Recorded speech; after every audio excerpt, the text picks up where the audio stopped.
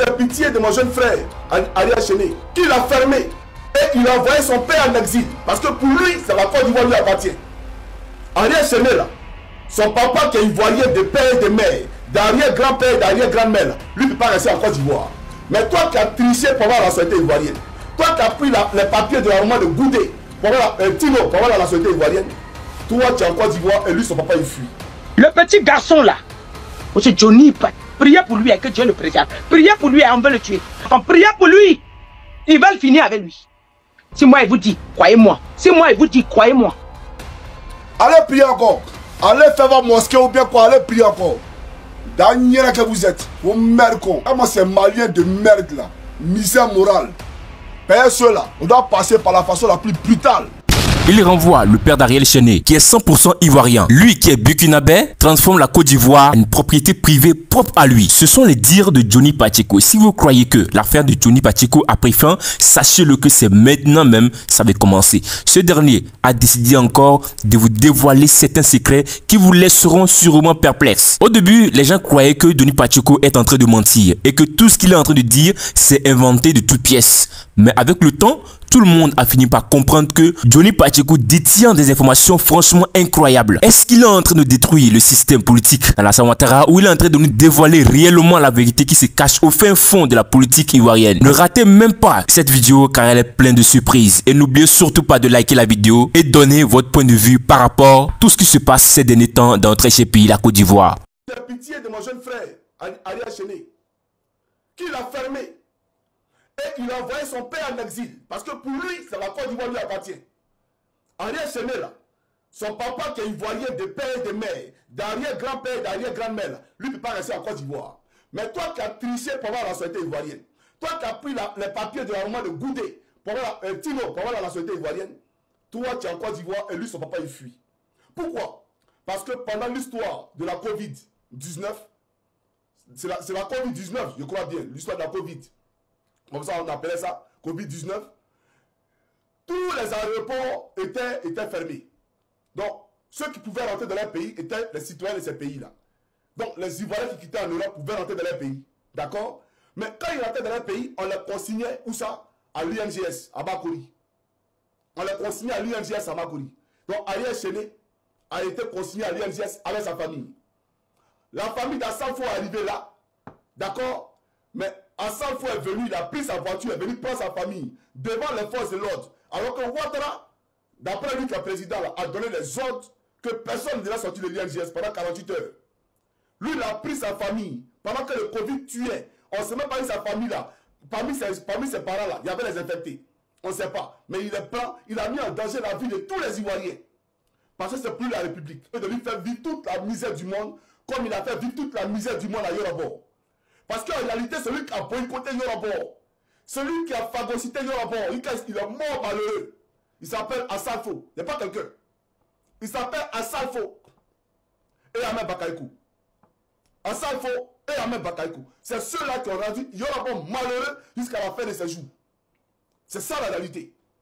Mais voilà quelqu'un dans l'industrie de la musique, même quand les artistes rentrent en Côte d'Ivoire, on doit aller faire allégeance à Assanfo. Il faut aller le saluer, tu ne le salues pas, tu es fermé dans le pays. Ariel Chéné est fermé dans le pays, comme Yorobor était fermé dans le pays.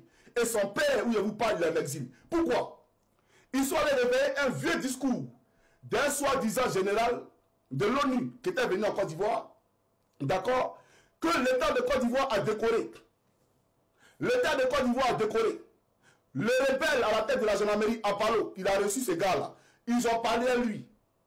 Et aujourd'hui, spectaculairement, on trouve que c'est un faux général. Un faux général que vous décorez. Mais quel État êtes-vous? Est-ce que vous êtes un État sérieux? La Côte d'Ivoire est une république ambiguë. Venez expliquer ça aux Ivoiriens. Et comme le père d'Ariel Chéné, c'est parce que le père d'Ariel Chéné a vu que l'État a décoré ce monsieur-là. Voilà pourquoi quand lui a offert du travail, il allait à côté de lui pour travailler. Puisque si le président le décore, ça veut dire qu'il est crédible. Ça veut dire qu'il est crédible. Mais vous décorez quelqu'un et puis après encore, vous sortez dans son dos.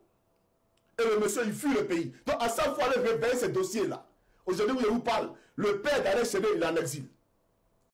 Ce que vous venez tout de suite d'écouter a laissé les fans d'Ariel Chéné perplexes. Ils sont presque tous étonnés d'entendre l'information-ci, chers abonnés.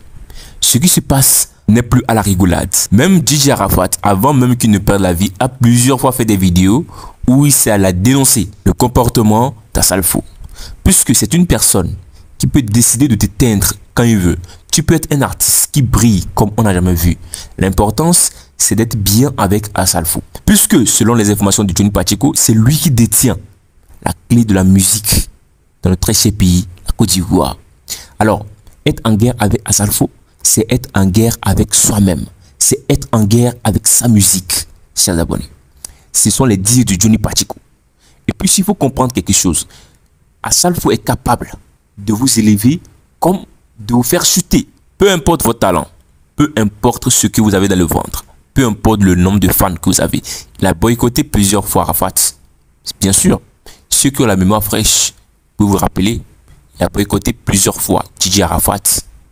DJ Arafat a plusieurs fois fait des vidéos où il s'est plaint par rapport au comportement d'Assalfo, par rapport à ce qu'Assalfo fait dans la musique ivoirienne. Bien sûr, il a réalisé bon nombre de choses et grâce à ses idées, nous voyons des grands changements au sein de la jeunesse ivoirienne. Mais il a aussi des choses qu'il a fait aux artistes. Aujourd'hui, la plupart d'entre eux peut-être ne le pardonneront pas. Les hommes comme DJ Arafat. Il a plusieurs fois boycotté DJ Arafat comme le dit Johnny Pacheco.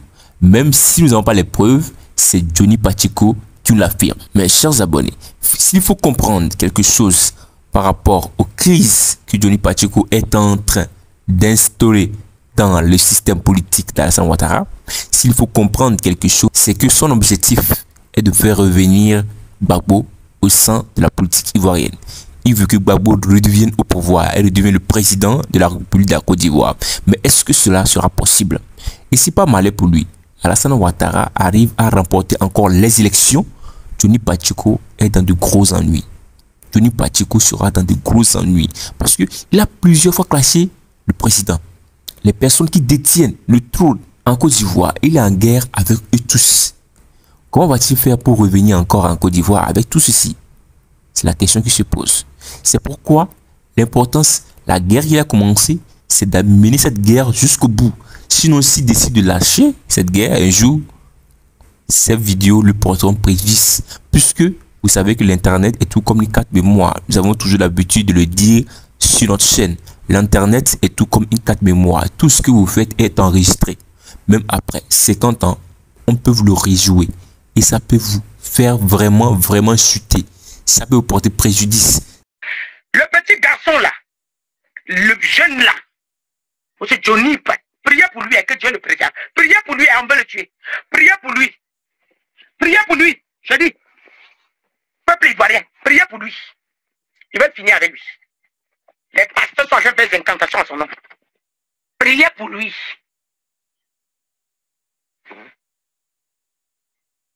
Vous l'appelez quoi là? C'est lui qui dénonce les choses de la Côte d'Ivoire là. Il y a plein de choses qu'il y a encore. C'est pas lui seul qui va dire, il y a d'autres. Priez pour que les secrets sortent. Priez quand vous priez que les secrets sortent là. Dieu peut utiliser n'importe qui pour sortir les secrets. Vous voulez quoi? Quand Dieu préserve, priez. Je demande à tous mes enfants, priez pour lui. Ils veulent finir avec lui. Si moi il vous dit, croyez-moi. Si moi il vous dit, croyez-moi. J'ai vu. Quand vous priez que Seigneur, devant nous ce qui se passe là, Dieu va passer par qui? Par n'importe qui pour vous aider. Oui, Johnny Pacheco, oui. Priez pour lui. Priez pour lui. Il y a encore d'autres personnes qui vont sortir derrière. Balancer les choses dehors. Qui auront son courage. Balancer les choses dehors. Peuple ivoirien. Rappelez-vous.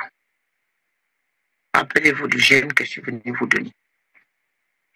Et le jeûne, c'était pour que la bouche des jeunes soit déliée. La bouche du peuple ivoirien soit délivrée, déliée. Vous vous rappelez, Dieu a délié la bouche. Ils vont parler, beaucoup vont parler. Priez, si c'est nécessaire. Il y a des gens parmi vous que Dieu va les toucher. De prendre un jeûne, même si ce n'est qu'un jour, pour ce garçon, parce que quand vous priez, Dieu utilise qui veut. Vous appelez Johnny Pacheco. Je vois un complot de mort, mais que Dieu lui met à l'abri. Il est en train de faire selon Dieu. Priez pour lui.